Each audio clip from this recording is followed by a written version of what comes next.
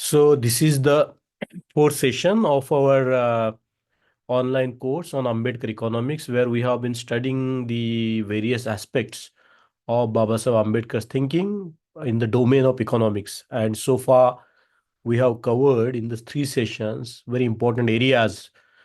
One in the first session, we saw how Dr. Babasaheb Ambedkar looked at the economic history of India, starting from the ancient India all the way up to his time, the contemporary India of his times. Then we have seen how Babasaheb Ambedkar had dealt with the vast topic of macroeconomics in terms of public finance, with a focus on sharing the resources between the center and the state. That's a very important domain. The third session saw how Babasaheb Ambedkar dealt with the monetary politics, monetary policies, and monetary economics. And today we will be looking at Babasaheb Ambedkar's dealing with what we call welfare economics and the development of India. I think this is a very interesting and important topic to look into because it covers a lot, vast area that Dr. Babasaheb Ambedkar has entered into. So let me share the presentation.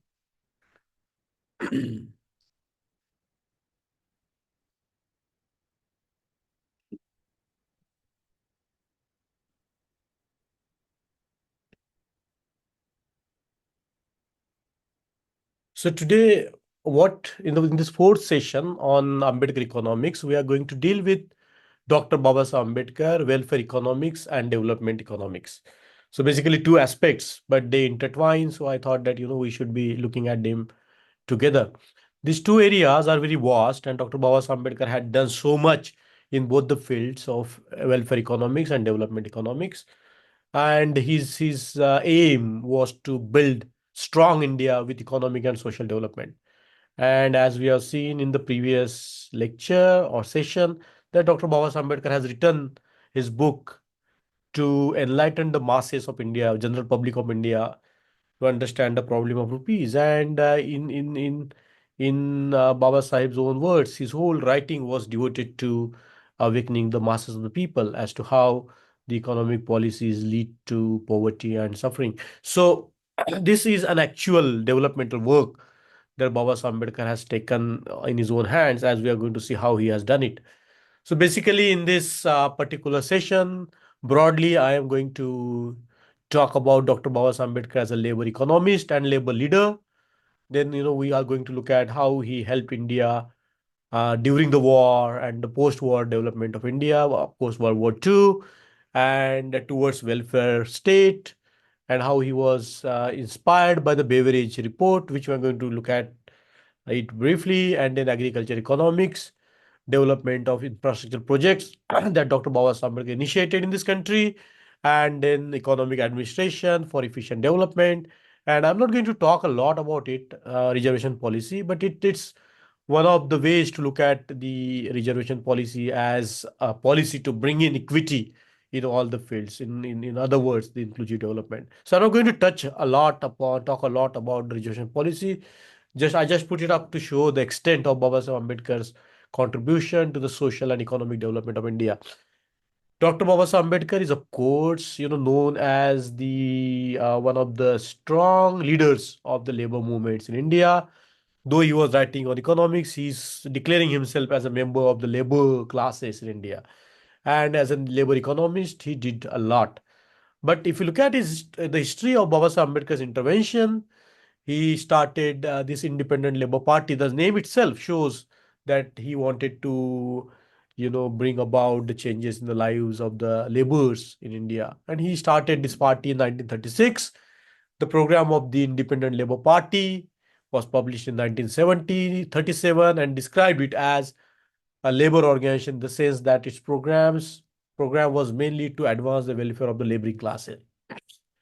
It supported state ownership and management where necessary, but even for workers' interest was on what is called the unorganized sector. There is so much talk about the unorganized sector even today in India, but hardly we see any intervention in the unorganized sector.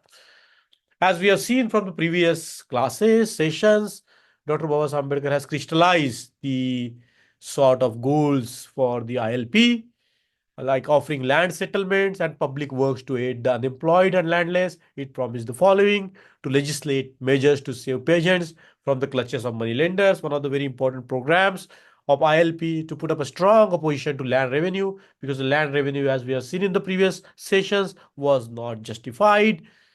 The ILP was to campaign for a more equitable system of tax and to encourage land mortgage bank and agriculture producers, cooperatives, and marketing societies. So you see, Dr. Babasaheb Ambedkar was well ahead of his time, as we have been studying from in the previous sessions, and even in this we can see how Babasaheb Ambedkar was well ahead of his time. And we know that the ILP got involved in the mass movement, and Babasaheb Ambedkar tried to organize the labor. Is of course he was educating them about their rights, and this is very interesting in the light of the contemporary development when the strikes are considered to be, bad for economics. Dr. Babasaheb Ambedkar thought that the right to strike is as important as right to freedom. And if we do not have the rights to the labor, then the the whole economic development is somehow lopsided in the favor of capital.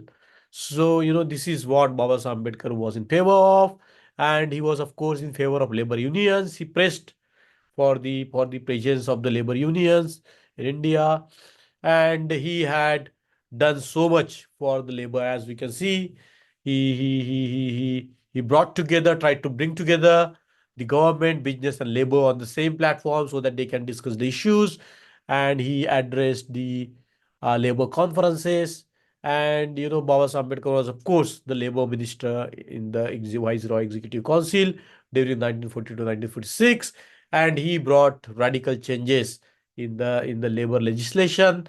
And he was somebody who not only did the theoretical work. He was not a kind of an armchair economist, as we have seen in the previous sessions.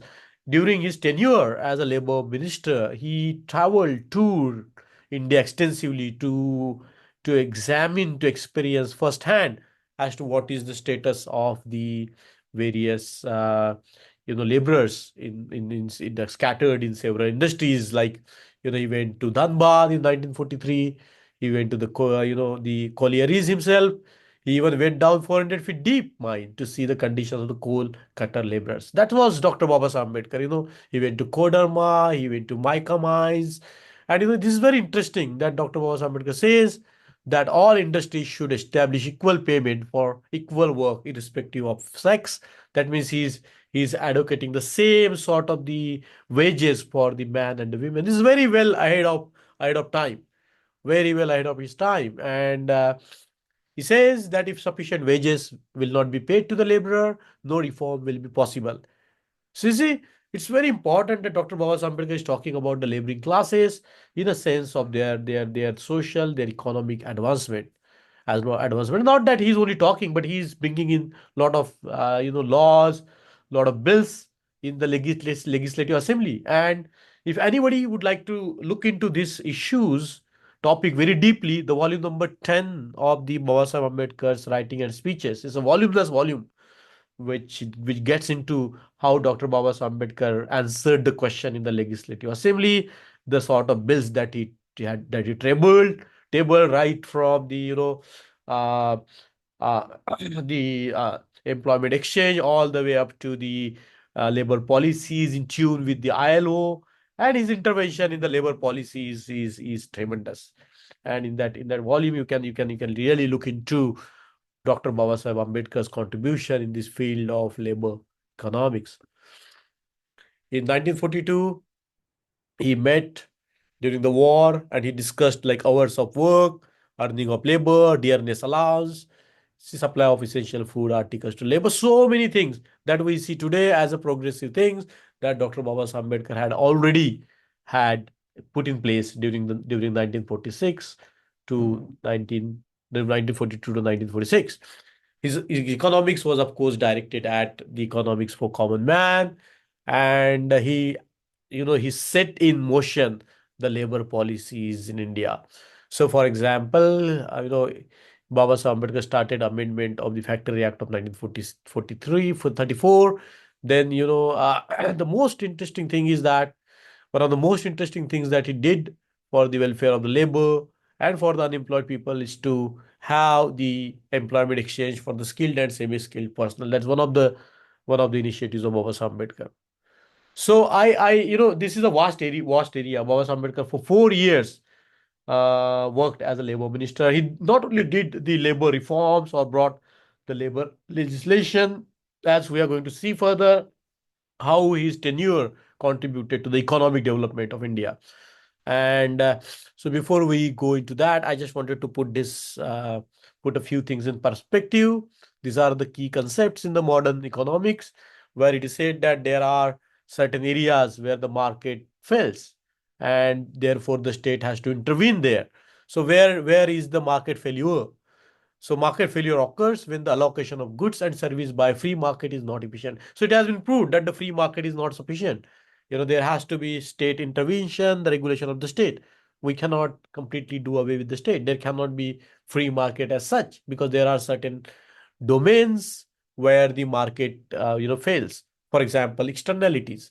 For example, the cost or benefits of a transaction affecting third parties not involved in the transaction are not reflected in market prices. For example, pollution from a factory creates negative externalities affecting the health of nearby residents. So in case of this such kind of externalities, when third party is affected, which is not involved in the transaction, then the state has a definite role to play. For example, the industries which create the pollution, even if they are not sharing their goods and services with the third party, but the third party is affected by their action. For example, public goods, some goods like national defense or public parks are non-excludable and non-rivalers, meaning one person's use does not reduce availability for others. So there, the free market doesn't work. In case of monopolies, if there is one, uh, c- you know, company or a single supplier or a single producer dominating the market, it doesn't create the free market. And therefore, in the case of monopolies, the government has a definitely role to play. And the information asymmetry, because the two parties doesn't have the same information or similar information, the state has to intervene.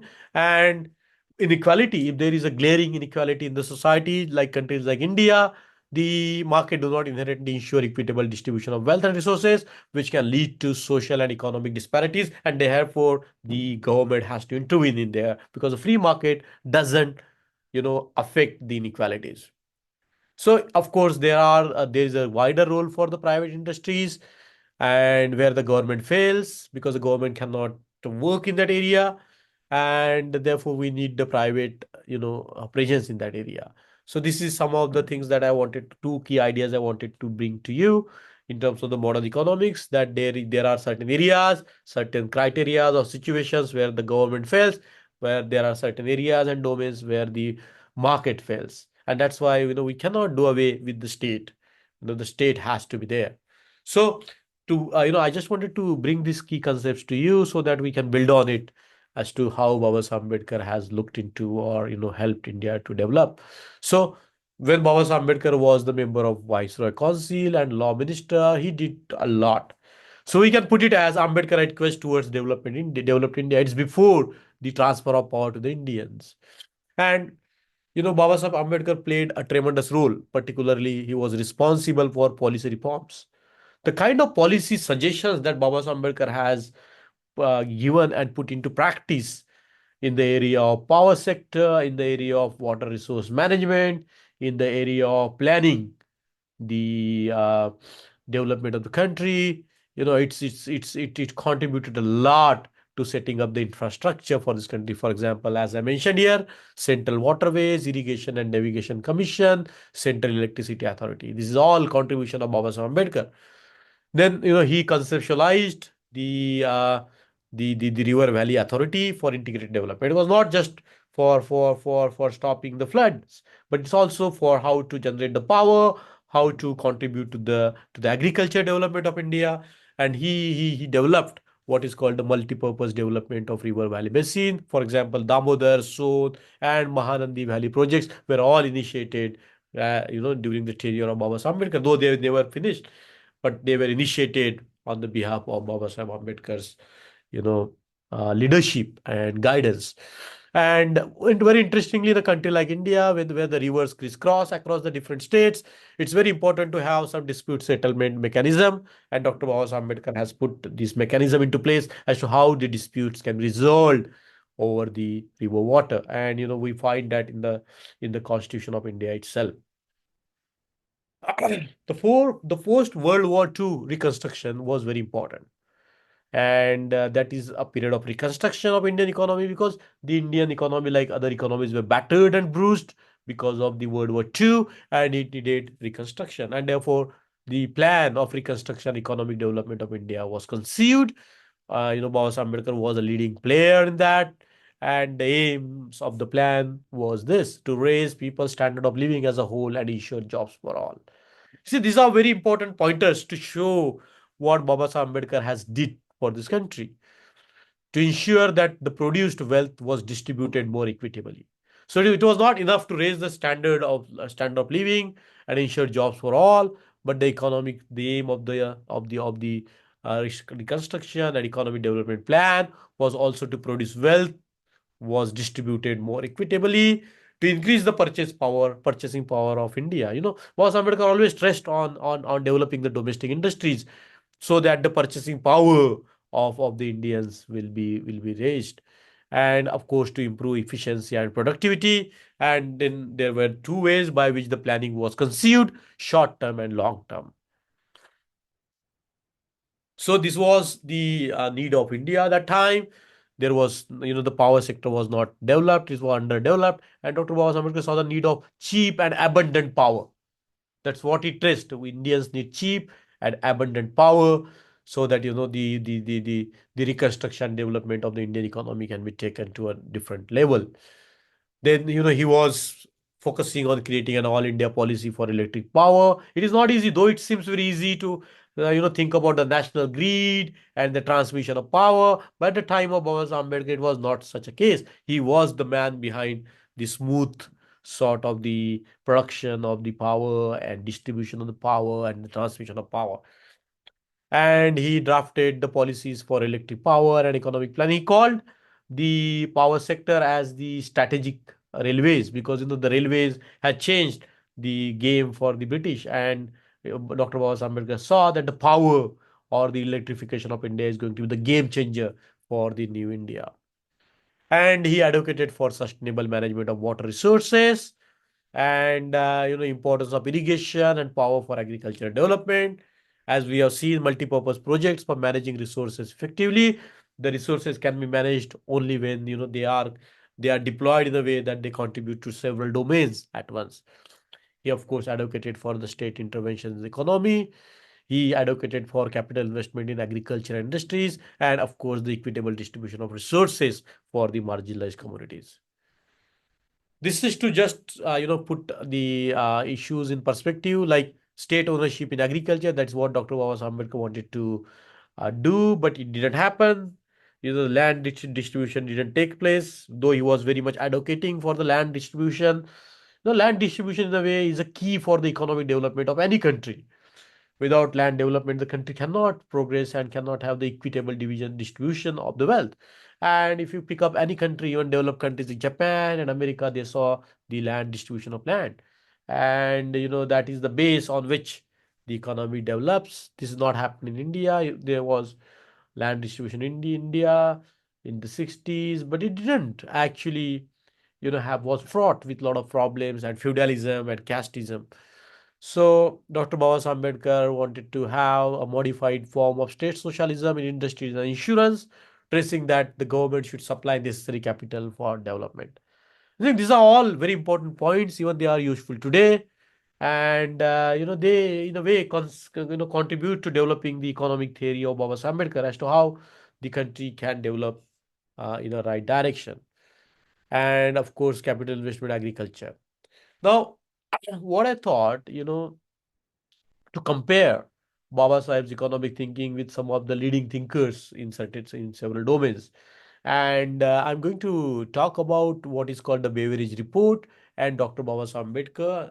I hardly saw this report being talked in the context of Ambedkarite economics. And it's imperative for us because this report contributed so much to the post-war development of Britain in the social sector. This report was so powerful that it toppled the government of Churchill and brought the Labour government in power after the World War II. Such was the impact of this report.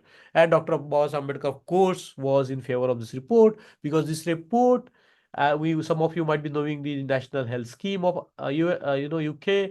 It's based on this, and it led to what is called the concept of the welfare state in the post-war World War II. So, like, the post-World War II saw reconstruction in UK as well, and the renowned economist Sir William Beveridge, who was associated with London School of Economics, developed a plan known as Beveridge Plan, which became the basis for making the Britain a welfare state that time. Now it's a completely changed ideology in Britain as well.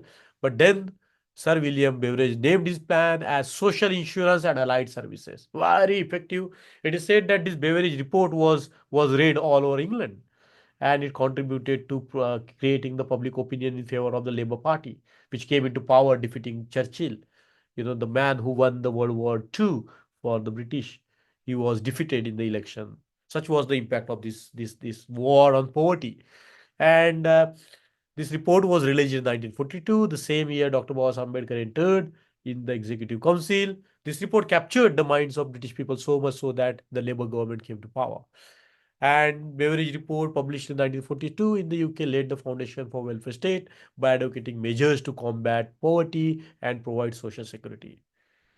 And one of the very interesting thing that we find is when Dr. Babasaheb Ambedkar was in England in 1936, Sir Beveridge, who was leading London School of Economics at that time, he invited Babasaheb Ambedkar to give a talk in the London School of Economics in 1936. So Babasaheb Ambedkar and of course Beveridge knew each other, and Babasaheb Ambedkar had a personal acquaintance with Beveridge. We have no, we do not know what Babasaheb Ambedkar talked in LSE in 1936, but we know that by that time, Babasaheb Ambedkar was well known as an economist. He was well known for his economic understanding, and his book was a reference book for all the people who were looking into the Indian economy. So, it's not surprising that Sir Beveridge invited Dr. Babasaheb Ambedkar to give a talk in the LSE in 1936. So, you see, there are the mentions of Beveridge report in some of the debates that Dr. Babasaheb Ambedkar had in the Legislative Assembly, Central Legislative Assembly. But I find this very interesting that there was a think tank which was based in Nagpur, and they submitted a memorandum to the government in 23rd October 1944. It was submitted by Institute of Scheduled Caste Affairs, which was a think tank of All India Scheduled Caste Federation, which was founded by Babasaheb Ambedkar. And one of the points for the development of the scheduled caste they mentioned is this point number 8, goes on like this: scientific social reconstruction based on Beveridge report outlining basic social security and social welfare. Now, these are very important concepts to look into. What is the social security and social welfare? We also find the mention of the Beveridge plan in a foreword that Babasaheb Ambedkar wrote for Trivedi's book, who compiled the legislations that took place during the time of Babasaheb Ambedkar. In the introduction to the book, Mr. Trivedi had admirably summarized the most important provisions of the various acts and indicated the main features of Beveridge Plan. So, you see, the Beveridge Plan was very important for us to understand as to how, you know, Babasaheb Ambedkar approached the social security and social insurance. He wanted to have a report similar to the Beveridge report in the context of India, so that the Indian economy can contribute to the social security and the social ensure how the social insurance is placed. So basically, the Beveridge report is all about fighting the five great evils. Want, that is poverty, and poverty caused by unemployment, sickness, disability, maturity, and old age. To fight this, the report recommended universal social insurance.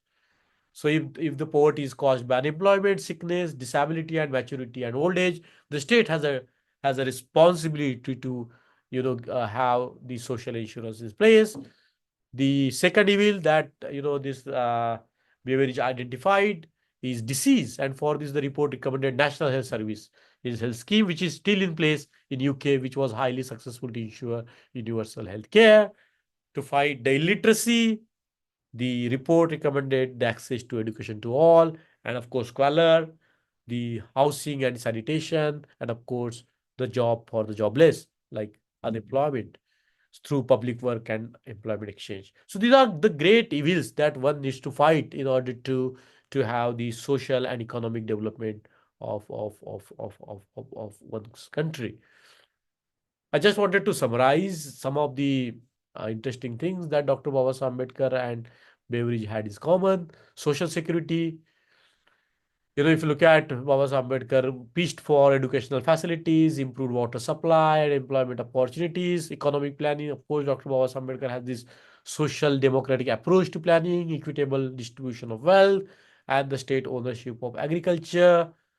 Babasaheb Ambedkar wanted to target the fabulous wealth and abject poverty. And he, of course, pitched for political equality must be complemented with economic equality. And we are going to look into this matter in a deeper way in the upcoming session. Beveridge reports stress for the infrastructure development, and we have seen in the previous slides as to how Babasaheb Ambedkar contributed to the building, improving the infrastructure of our country. Babasaheb Ambedkar wanted to also bring in the elements of economic development in the Constitution of India. Of course, he couldn't do that as he wanted it, but the Article 21 came closest to the spirit of Beveridge plan. Article 41, which is included in the directive principle of state policies, comes closer to the welfare state, which states this: the state shall, within the limit of its economic capacity and development, make effective provisions for securing the right to work, to education, to public assistance in case of unemployment, old age, sickness, and disablement, and undeserved wants. So you see, this is a very, very interesting area. And if we start going deeper into the contribution of Dr. Babasaheb Ambedkar, we begin to see how multifaceted his approach was towards the economic development of a country.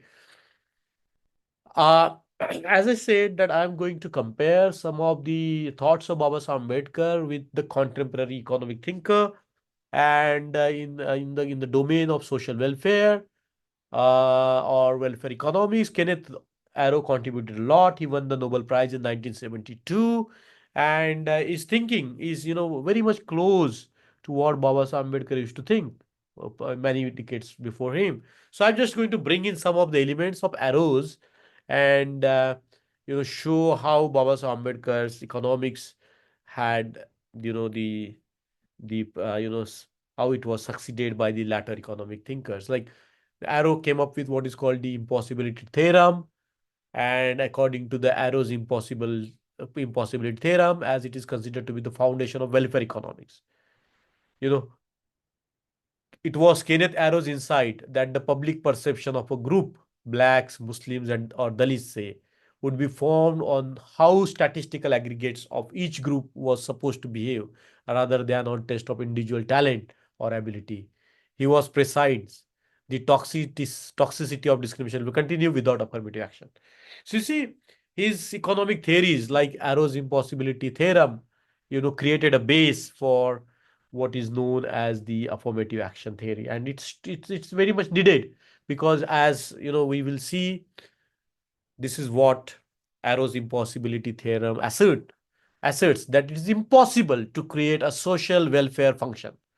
It is not possible to create a social welfare function that satisfied a set of fairness criteria when voters have varying preferences. Because you see, in the context of India, all the people have varying preferences. So you cannot have a social welfare function that will satisfy the criteria of fairness for all.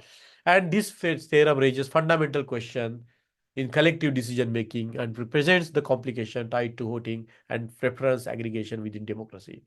And as we have seen, equitable distribution or inequality in political representation, Babasaheb Ambedkar was acutely aware of the discrepancies between political equality, one person, one vote, and economic inequality. He argued that the parliamentary system often fails to adequately represents the interest of marginalized segments of society. So democracy per se, democracy or the vote, right to vote, is not going to ensure the equitable distribution of wealth or the economic equality. And that is what Arrow highlighted in his theorem, which highlights the challenges in achieving a fair collective decision that reflects all the preferences. It's impossible to construct that kind of a social function.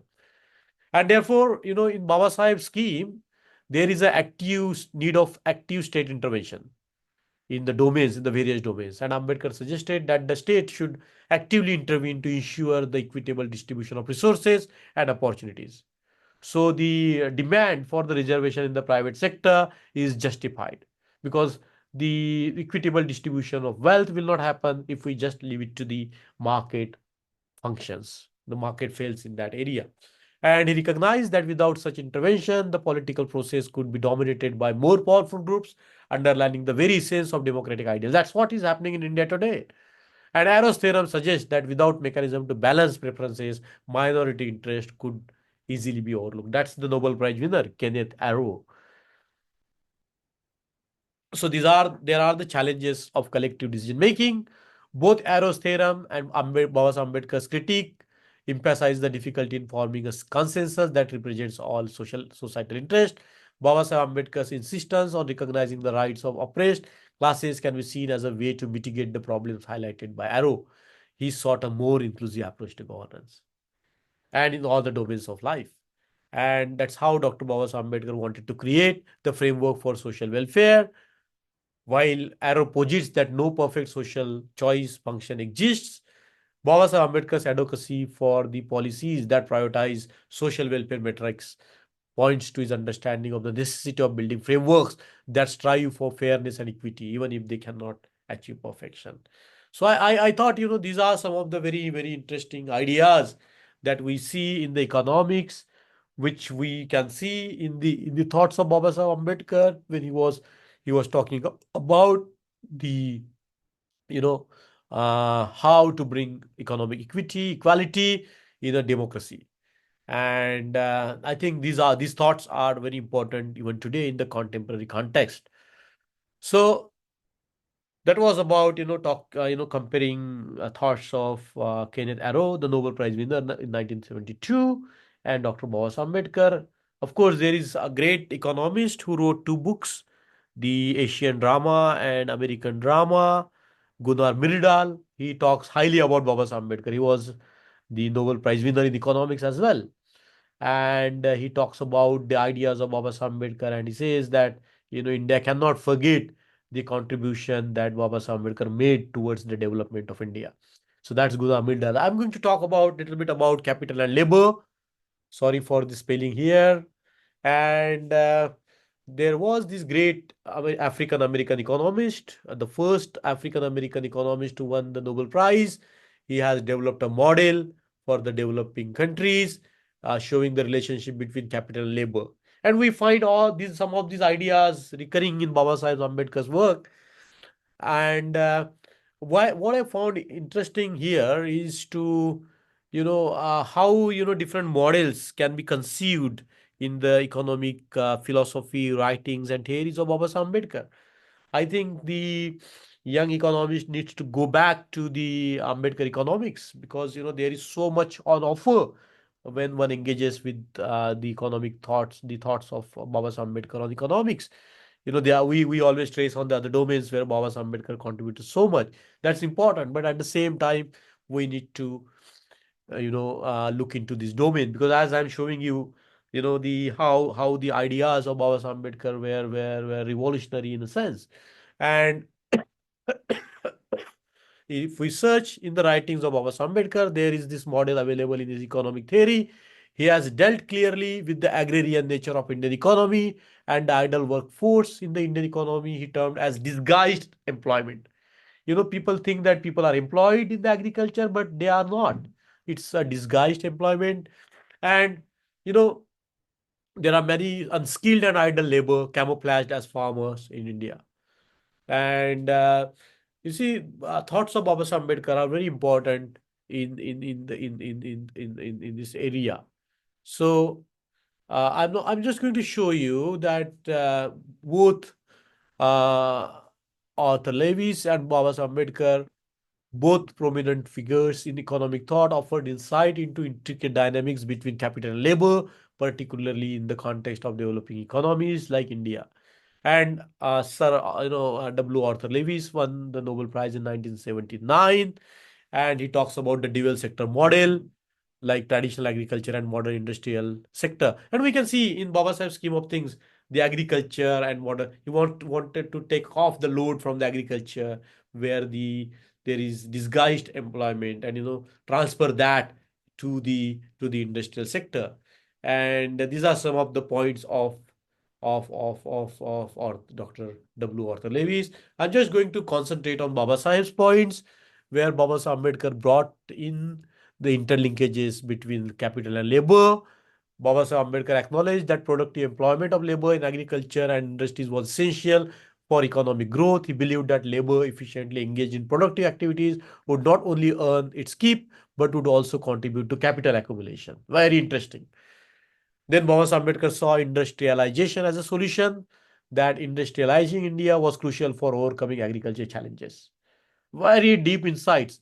He felt that industrialization would alleviate pressure on land, thereby preventing fragmentation and supporting larger and more efficient holdings of land. And he talked about the problem of small holdings in India.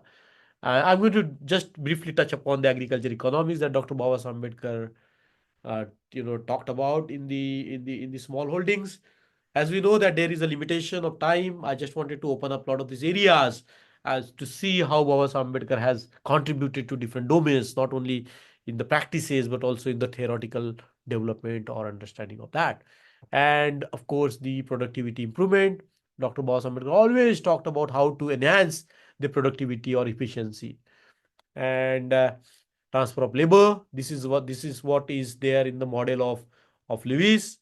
Baba Ambedkar advocated for the transfer of surplus labor from the agriculture sector to the other sectors of economy. This approach mirrored Lewis' idea of utilizing surplus labor to foster industrial growth, but Baba Ambedkar was particularly concerned with the social economic ramifications for the marginalized classes. And of course, the integration with the state planning. That is what Baba Ambedkar has stressed on. So I brought this two economists, the great economist Kenneth Arrow, who won the Nobel Prize in 1972, and Sir Lewis, you know, uh, concept of the labor and capital, to show, how Babasaheb Ambedkar had these very matured thoughts about the understanding of not only the macroeconomics or monetary economics or fiscal policies. He was also looking into the welfare economics. He was also looking into the development of the country, and he was like ensuring that India is in a strong, has a strong foothold so that it can advance further economically. This aspect of Baba Ambedkar is not very much, looked into. I hope in the future many people will look into these ideas. And of course, Baba Ambedkar was concerned about the agriculture economics. Some of his ideas can be found in a very interesting paper that he wrote, The Small Holdings in India and Its Problem, where he talks about how the small holdings create limits low productivity and limits capital accumulation. And he gives a solution as to what can be done in that domain. And these are some of the ideas that I'm repeating here. But in the domain of agriculture, Dr. Baba Ambedkar that time recommended what is called the commodity exchange market, agriculture commodity exchange market, which is very prescient. In one of the prefaces that he wrote for one book, he's recommending the development of the commodity market, particularly the agriculture commodity market. And these are very advanced concepts even for that time. So to summarize Baba Saheb's agriculture economics, he viewed small holding as a symptom of deeper economic issues within India, advocating for a multifaceted approach that included capital investment, consolidated of land holdings, labor transfer. His insights laid a foundation for developing policies aimed at enhancing agriculture productivity and fostering economic growth in India. You see, Dr. Babasaheb Ambedkar's contribution is tremendous. is a huge contribution to Indian economics. And it's what he did for this country is beyond anybody's imagination. And that too before India, the Indians had the transfer of power. He was doing so much already for our country. So of course, we will have some discussion of caste capitalism, or what we can term Brahminical capitalism, and who does benefit from it. Of course, there is a social capital which is locked in the hands or in the networks of the so-called upper caste in India, and it has been proved conclusively by the papers published by the World Bank that the caste breeds economic inequality. It makes the economy inefficient, unproductive. And there are some people, like recently there was a book published uh, by Vaidyanathan which talks about caste as a social capital. And of course, it's coming from the right wing think tank called Vivekananda International Foundation. And he goes on talking about how the making the claims that the Jalanpur Jains, Thewars benefited due to the social capital of that caste. But it's very interesting to see that this social capital benefits the upper caste, and there is no social capital in the lower caste. As we move down in the social pyramid, the social capital decreases, and therefore the economic development is not possible. So the caste or Brahmanism leads to the accumulation of the wealth in the hands of a few. And that's what has happening in India. Fabulous wealth in the hands of a few, and abject poverty for the majority, which who actually constitute the scheduled caste, scheduled tribes, and the larger population of the OBCs. And I think this is very interesting for us that Babasaheb Ambedkar has talked about the two enemies of the laboring classes. One is Brahmanism and capitalism. I'm going to look into that in the coming session. But what is important here to understand that the Babasaheb Ambedkar's thinking is very contemporary, and in order to solve the problems that we face today, but we have to take Babasaheb's approach to look at the economic history as to how we came to where we are now, and what had gone wrong, and what kind of the policy interventions that has to be made, and how we can pressurize the government to implement that. And this is the area that I think needs to be uncovered in Baba Saheb's writings and speeches. And I said in the beginning that I know I'm not going to talk much about the reservation policy, but the reservation is not just based on what is called the representation. It's of course it underlying principle is representation, but the larger goal of the reservation policy to is should be to distribute the wealth equitably. And without the equal distribution of wealth, without land reforms, or without the thinking of Baba Ambedkar put in place, we cannot become a very great advanced economic nation. And that is what is all about when we look into Baba Saheb's writings and speeches, particularly his ideas about welfare economics, particularly his intervention in the development of this country. And as we begin to see that there is so much which we need to understand, there is so much which we can know if we look into these aspects of the thinking of Baba Sahib. I'll stop here, and I will open up the session for any discussion or comments.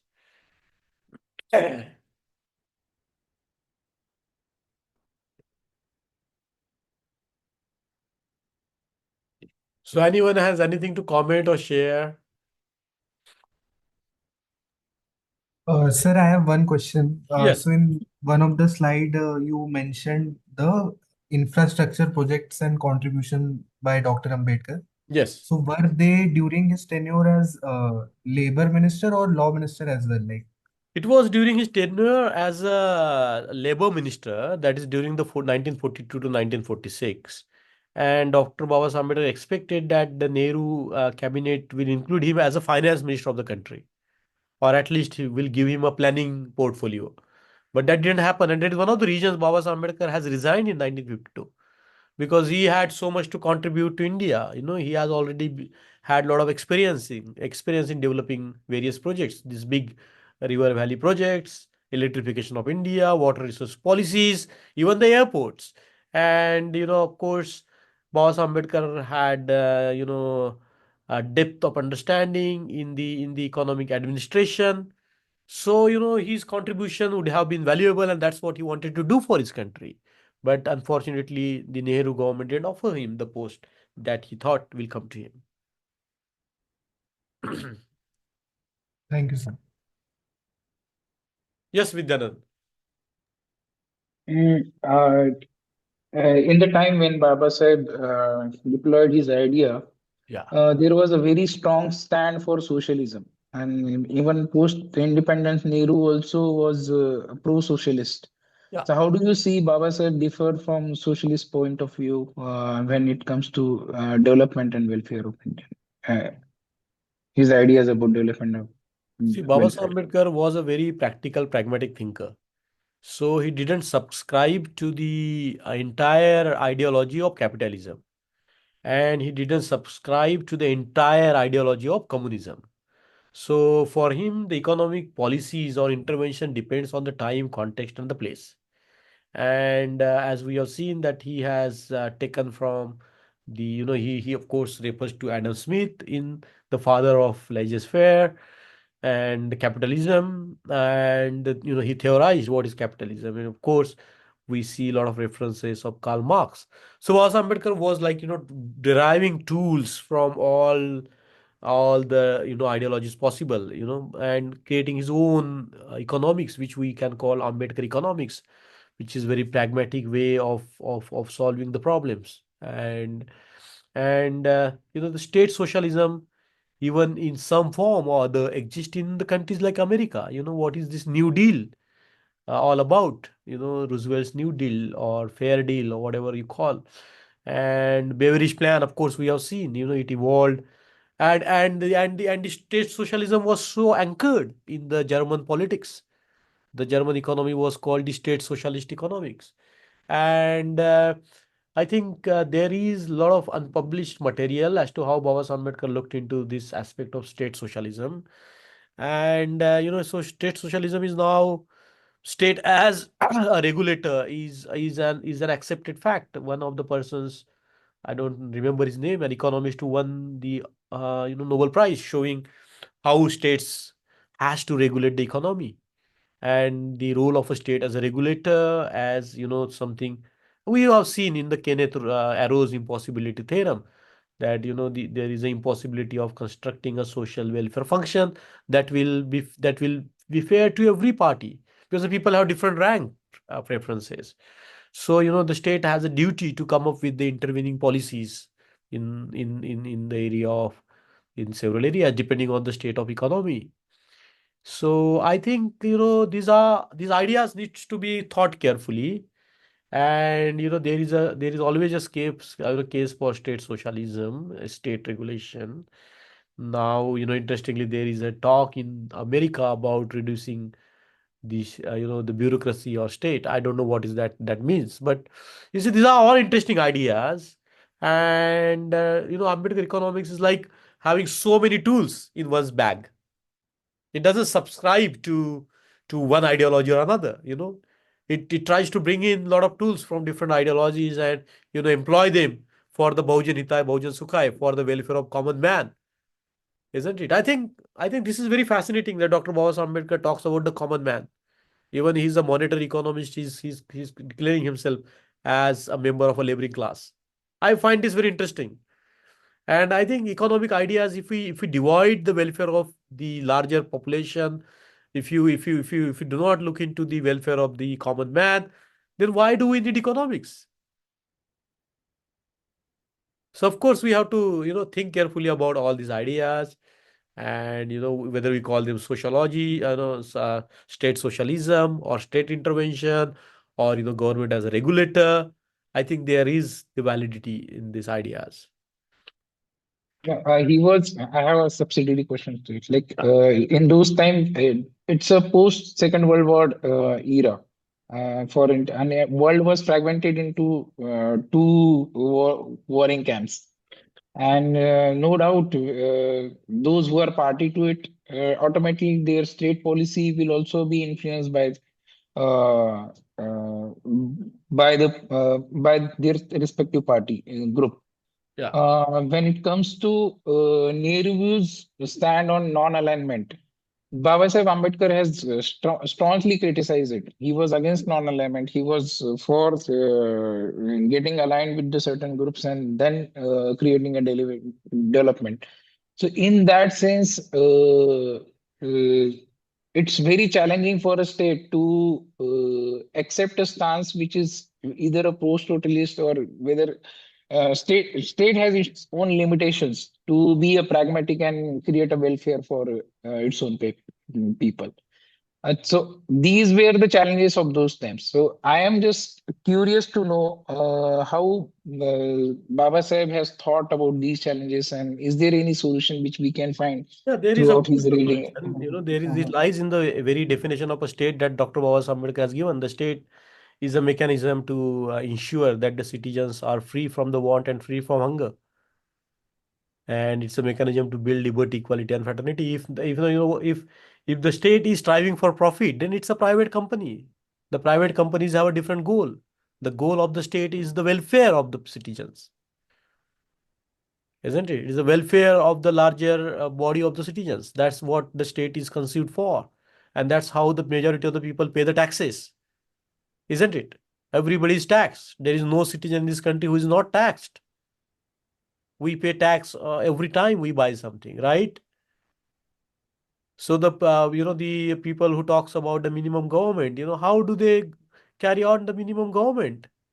So you see, these are very interesting concepts, and the government has a different goal than the private bodies. The goal of the government is to ensure the welfare of the larger body of the people, while the private party's goal is the profit. And we have seen in the two slides that I showed you that the market is, failure. If there is a monopoly, there's a single player in the market, seller. What happens? The Adam Smith's basic law fails. The demand and supply is not maintained by the invisible hand.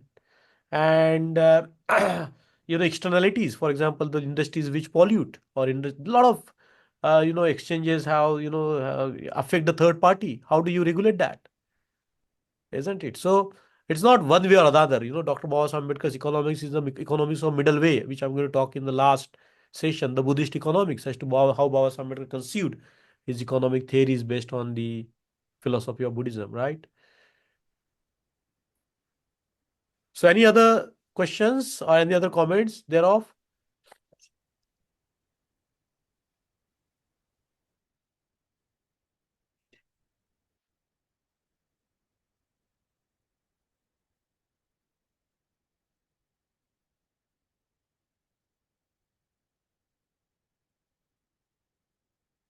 If there is nothing on your mind at the moment, so we will end the session here today, and we will meet up next week to discuss about the economics and the constitutional law in the context of Babasaheb Ambedkar. Sir, Okay, one last question for me. Nikhil, yes, well. So, firstly, thank you for giving so much knowledge in a very concise way of presentation. I just wanted to inquire about that. The source of these information is from volume 10 itself, or you have referred to various other sources See, as well? volume 10 is a basic volume which talks about labor economics and Babasaheb Ambedkar as a labor leader. But you can look at the history of the Independent Labour Party, which has a very strong presence in the Bombay Presidency, and even before that, Babasaheb Ambedkar in the Bombay Legislative Assembly. And when he was a member of the Viceroy Executive Council, he the question and answers that took place in the Legislative Assembly. That's a very important source of knowledge for us. Uh, for the I try to compare Arrow's impossibility theorem, because he's a founder of the welfare economics, and we see a lot of that in Baba Sahib. So by the way of making Baba Sahib Ambedkar, contemporary is thinking, how we find how these areas evolved. Um, and also, Professor Lewis' ideas about capital and labor. I find a lot of similarities in the way, and of course, some of the economists, I think, have found that ideas very close to each other. And you can find the reference of Beveridge report in this volume 10, and I gleaned from several sources some of these ideas. So there is not one source, but if you want to look at the labor and the economic development of India, of course, the volume number 10 is very interesting. There are important speeches there which he made in the labor conferences. There is an account of his visits to various mines, coal mines, mica mines, and so on and so forth. So it's more it's written in a much vaster sense. And of course, in a session of 1 hour, you don't have time to go into a lot of details, right, Nikhil? Sure, sir. Thank you. I think Mangesh Dada, yes, yes. it's no doubt that liberty, equality, and fraternity has to be a goal of state. But the character of state, when it comes to practicalizing those concept by state itself has a limitations.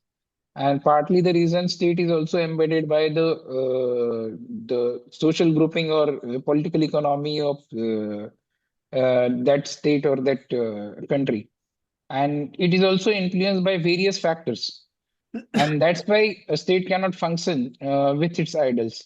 So when Babasaheb thought of enacting his concept, he somewhere has these preconceived influences in his mind, and through that he must be navigating somewhere to create a welfare state for India, and which can benefit the masses. I'm just curious to know when it comes to that was a time when non-alignment was advocated by Non-alignment was I not a mean, economic block. It was a right, political block. So right, let's right. not mix the concepts. Mhm, And the state or whatever, Dr. Babasaheb Ambedkar was already working in the government for a long time. He was, mhm, from in the 30s, he was the member of the Legislative Assembly. right. And his multifaceted approach that he had, and nobody can deny, even if we talk about these concepts, the state has limitations. So does the market have a limitation, right? Like, market is not foolproof, is it? No economist will agree with this theory of free market now. Because that's not there is, because the market is, that's why I brought these two slides, if you have been in the attending the session. Okay. To show how, the areas where the market fails, the area where the government fails. But the aim of the companies is different from the country. The country has a different aim altogether. Okay. So anything anywhere before we close, anything that you need?